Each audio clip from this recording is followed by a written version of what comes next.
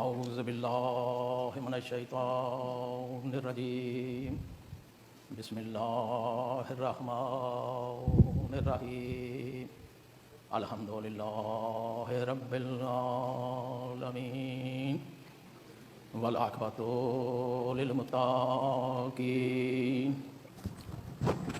والصلاۃ والسلام علی سید الانبیاء والمرسلین ابو القاسم محمد خاتم النبیین وآلہ الطیبین الطاہرین المعصومین ولعنۃ اللہ علی اعدائہم اجمعین الی یوم الدین اما بعد فقد قال اللہ سبحانہ وتعالی فی القرآن المجید والفرقان الحمید بسم اللہ الرحمن الرحیم ان دین عند اللہ الاسلام. صلوات پڑھیں.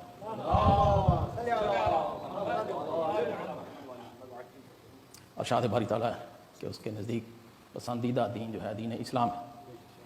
وہ اسلام جو آدم علیہ السلام سے شروع ہوا اور خاتم النبیین صلی اللہ علیہ وآلہ وسلم پر آ کر وہ دین مکمل ہوا اور اس وقت تک مکمل نہیں ہوا جب تک سلسلہ ولایت کا اعلان نہیں ہوا. تو ہم توحید کے بعد رسالت کے بعد امامت، اور امامت جب غیبت صغریٰ کے بعد غیبت کبریٰ میں گئی تو انہوں نے اپنے بعد جو ہمیں رہنما دیے وہی امام زمانہ اللہم صلی اللہ علیہ وسلم، ان کا فرمان کہ میں اللہ کی طرف سے حجت ہوں اور یہ میری طرف سے حجت ہے. اب ہم نے سوچنا ہے، ہم نے دیکھنا ہے، جس طرح ہم نے ائمہ کو ڈھونڈا ہے کہ اللہ کی طرف سے ہے، ان کی طرف سے نامزدہ ہے تو ان کو ماننا ہے، تسلیم کرنا ہے.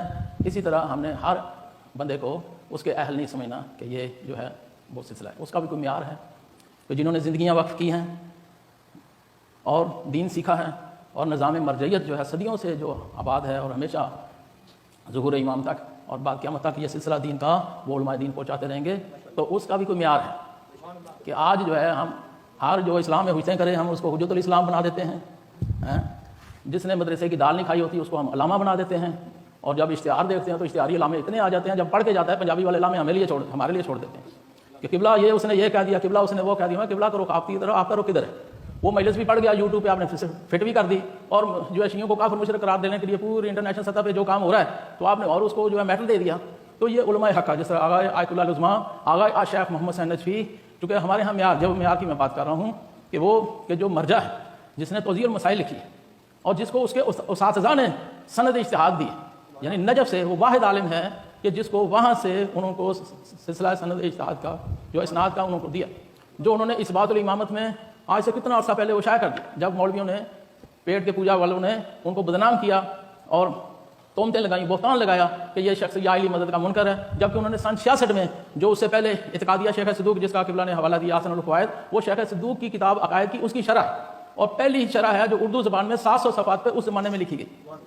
پھر اس پر جو ہے شیخیوں کی طرف سے، غالیوں کی طرف سے جو ہے اعتراض آیا تو قبلہ صاحب نے پھر اصول شریعہ فی عقائد شیعہ 10 چیپٹر لکھے، ہر چیپٹر کو الگ الگ جو ہے صاف وضاحت کے ساتھ تاکہ ہر بندہ اچھی طرح سمجھ.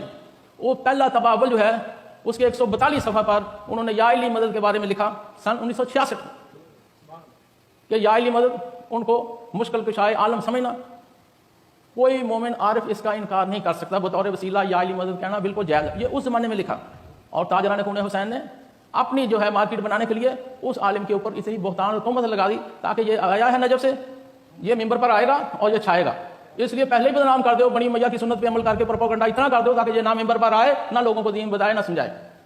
کیوں؟ اپنی مکا کے جو مجھ سے پڑھنے والے تھے، کیونکہ اس زمانے میں انہوں نے اصلاح المجالس سے رسالہ لکھ دیا، اور رسالہ کیا تھا؟ وہ مسالہ ہی تھا. اس میں 4 چیزیں انہوں نے 4 چاند جو ہے روشن کر دیے. انہوں نے کہا کہ ممبر حسین پر وہ ہے جس کی کم از کم شکل حسینی ہو، شکل صورت ایسے نہ ہو، کوئی ایکٹر آ گیا، کوئی تھیٹر کا بندہ آ گیا، ممبر کی اپنی جو ہے ریکوائرمنٹ. پھر وہ جو پڑھے وہ سچ پڑھے، جھوٹ نہ بولے، کیونکہ جھوٹے پر اللہ کی لعنت ہے، ممبر حسینی پر جھوٹ نہ بولو. پھر جو وہ بیان کرے وہ سر لگا کے گانے کی دھنوں پہ کہ وہ پڑھا قصیدہ اس کو گانا زیادہ ہے تو واہ واہ ہو رہی ہے، مگر واہ واہ کیا، ادھر واہ واہ گیس اسٹیشن ہمارے پاس موجود ہے تو وہ واہ واہ کیا کرتے ہیں جی، تو واہ واہ. اور چوتھی بات انہوں نے کہا کہ مکا کے مجلس نہ پڑھو، دین کو بزنس نہ بناؤ. مولا امیر المومنین علیہ السلام مزدوری کر سکتے ہیں، تم جو ہے اس کو ذریعہ معاش نہ بناؤ.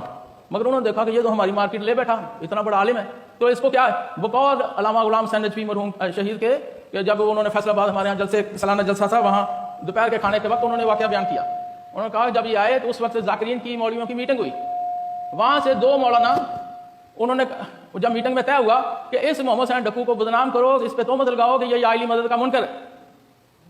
وہ 2 مولانا 2 پیش نماز وہ ہوئے، انہوں نے کہا ہم کیوں کسی مومن عالم پر جو ہے تہمت لگائیں، ہم نہیں لگائیں گے. تو وہ اٹھے اور انہوں نے وہ ڈس ایگری ہوئے. تو کہنے کا مقصد ہے کہ لوگوں نے ان پر تہمتیں لگائیں. یہ ناچیز اس 92 میں ادھر ہے، میں نے ادارہ محمدیہ بنایا اور اس کو ہائی جیک کیا، تہمت یہ لگائی کہ یہ ڈکو پارٹی ہے، یہ مقصر ہے جی. اور میں کہا آؤ میرے سامنے بات کرو جی، وہ فتح جو ہے مولا علی کرے، قربانیاں اہل بیت دیں اور قبضے کوئی اور کرے جی. تو یہ سیرت ائمہ نہیں ہے، یہ سیرت ان کے مخالفین کی ہے. بندے نہ دیکھو، حق دیکھو کہ حق کس کے ساتھ. 1400 سال پہلے ہوتے کیا ابو ذر کے ساتھ ہوتے، یا اس وقت بھی ہاں نہیں قبلہ بس قبلہ کا رخ ادھر، کیا کریں حکومت کا پریشر ہے، یاری ہے، دوستی ہے، تعلق داری ہے، جاب کا مسئلہ ہے جی، پیٹ لگا ہوا ہے، قبیلداری ہے اور محلے داری ہے جی. تو کدھر ہے تھانے داری؟ تو کس نے ساتھ دیا ابو ذر کا؟ تو اس طرح یہ کھوکھلے نعرے، زبانی کلامی، فضائل اور مصائب، یہ تو رسم و رواج کے ذریعے. مگر یہ مرد مجاہد ڈٹا رہا، کتابوں کا ذکر کیا، مگر انہوں نے جو آخری جو ان کی خواہش تھی، جو تصوف کا نام اب عرفان رکھ کے جو ہے قوم شیعہ کو یہ جو ڈوز دی ہے، یہ بہت ہی خطرناک ہے. ہمارے نصاب میں مدرسوں میں اس کو بنی امیہ اور بنی عباس کی بدعتوں کو نصاب کے طور پر شامل کر دیا اور فلسفہ نام اسلام رکھ دیا. اور آغا نجفی اس کے مخالف تھے، سارے بزرگ علماء ہمارے پاکستان کے مخالف تھے، اور پیر استاد العلماء علامہ غلام علی شاہ صاحب اور علامہ غلام حسین جاڑا صاحب، انہوں نے کہا کہ میرے ہاتھوں میں راشا ہے، آنکھوں میں موتی ہے، میں لکھ نہیں سکتا. تو میں نے کہا کہ جس طرح میں نے شیخیوں کو بے نقاب کیا، ان کو کروں میں لکھوں تو آپ تائید فرمائیں گے؟ وہ بڑے خوش ہوئے. پھر تحفہ صوفیہ میں نے لکھی، فرق میں نے شیعہ و شیخیہ، اس سے پہلے تحفہ شیخیہ، فرق میں نے شیعہ و شیخیہ، تو تحفہ صوفیہ، فرق میں نے شیعہ و صوفیہ. تو ان کو بے نقاب ہوا. اب جو مفادات والے تھے انہوں نے مجھ پر تہمتیں لگائیں، مجھے قتل کی دھمکیاں دیں. اباق و امامے والے، حجت الاسلام کہلوانے والے، آیت اللہ بننے والے اور کہلوانے والے، اب تک مجھ پر کیس کیے ہو گئے جی. تو میں نے کہا میں اگر مجرم ہوں تو آغا نجفی کو پکڑو جنہوں نے اس پہ مقدمہ لکھا ہے. کتاب بعد میں پڑھو، پہلے مقدمہ پڑھو، پھر ان علماء کی تقاریر پڑھو. پیر غلام علی شاہ صاحب، قبلہ شیخ الجامعہ جامع المنتظر کے بانی آیت اللہ علماء اختر باس نجفی، یعنی الغرض سارے علماء نے مجھے اپریشیٹ کیا. اور یہ نئے نئے مولوی جو بن رہے ہیں، جو بن چکے ہیں، ان کے پیٹ میں مروڑ ہے، وہ ان کا نام نہیں لیتے، اس ناچیز گناہ گار کا نام لے کر جی کرتے. تو میرا کیا لے لیا جی؟ جتنی آواز انہوں نے کہا دب جائے گی اتنی ابری ہے. اور میرا قاعدہ کا جو گروپ ہے، جو روم ہے پال ٹاک میں، 20 سال پہلے سے آغا نجفی خود ٹائم دیتے تھے، 1 گھنٹہ روزانہ 8 سے 9 بجے تک. میرے پاس ساری ریکارڈنگ محفوظ ہے، انٹرنیشنل سطح پر وہ آتے تھے، ٹائم دیتے تھے اور سوالوں کے لوگوں کے جواب دیتے تھے. ہمیشہ انہوں نے شفقت فرمائی، ہمیشہ جو ہے میری تائید فرمائی. تو اس طرح انہوں نے اتنی خدمت کی، جو ان کی خواہش تھی کہ تصوف کا نام جنہوں نے عرفان رکھا ہے اس کو بے نقاب کیا جائے. انہوں نے تحفہ صوفیہ پہ مقدمہ لکھا، بعد میں انہوں نے اقامت البرہان لکھی اور اس میں ان لوگوں کو بے نقاب کیا. اور اس کا ہمارے مولانا صاحبان 99.99% اس کتاب کا ذکر نہیں کرتے. کیوں نہیں کرتے؟ وہ ان علماء سے پوچھو، ان مولانا صاحبان سے پوچھو. یہ آغا نجفی کی ذمہ داری تھی، یہ ہمارے شیخ الجامعہ کی ذمہ داری تھی، یہ بزرگ علماء کی ذمہ داری تھی. انہوں نے جو میسج دیا، انہوں نے جو دیا جلایا، جو پیغام دیا، لا شیخیہ ولا صوفیہ، فقط شیعہ شیعہ شیعہ، یہی انہوں نے پیغام دیا اور اسی دیا کو جلائے رکھنا، آگے پہنچا. تو لہٰذا اللہ کی ذات جو ہے بہکے محمد و آل محمد ان کے درجات مزید بلند کرے. اور انہوں نے جب زیاد دور میں فقہ جعفریہ کا مسئلہ بنا تو کہا گیا کہ بھی اگر اس نے کہہ دیا کہ فقہ جعفریہ کیا ہے دکھلاؤ تو پھر کون مرتب کرے؟ قائد محترم ساجد علی نقوی صاحب نے قبلہ صاحب سے ریکویسٹ کی، آغا نے وہ فقہ جعفریہ کا سلسلہ تیار کر کے ان کو دیا جی. اور جب بھی وہ علماء کو مسئلہ تھا، اس وقت برے یا ہمارے یہاں پاک و ہند میں یعنی سب سے بڑے مرجع مجتہد وہ تھے. تو تیری یاد آئی تیری جانے کے بعد جی. اور ان کو جو ہے جو اتنے ٹی وی چلا رہے ہیں اور اتنے سلسلے کر رہے ہیں، ایک مجلس ریکارڈنگ کی نہیں اپنی ٹی وی پہ چلاتے ہیں جی. کیوں؟ تاکہ وہ ڈکو پارٹی کی مہر نہ لگ جائے جی. مگر مہر لگ جائے. اب وہ سارے بزرگ جو ہیں وہ تو قبلہ کے ساتھ کرتے ہیں اور سارے سلسلے بیان ہوتے ہیں. تو اس لیے اس مرد مجاہد کی جنہوں نے مجھے کہا مرد مجاہد، میرے پاس ان کی تحریریں موجود ہیں، میری کتابوں پہ تقاریر موجود ہیں، دوسرے علماء کی موجود ہیں. تو وہ ایسے تھے، وہ ڈٹے رہے، نہ جھکے نہ وہ خاموش ہوئے.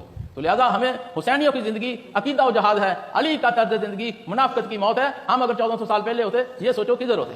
لہذا علماء حقہ کی، نظام مرجعیت کی ان کی جو محنتیں ہیں اور ان کو آگے لوگوں تک پہنچانا چاہیے جی. جزاک اللہ. السلام علیکم ورحمۃ اللہ وبرکاتہ.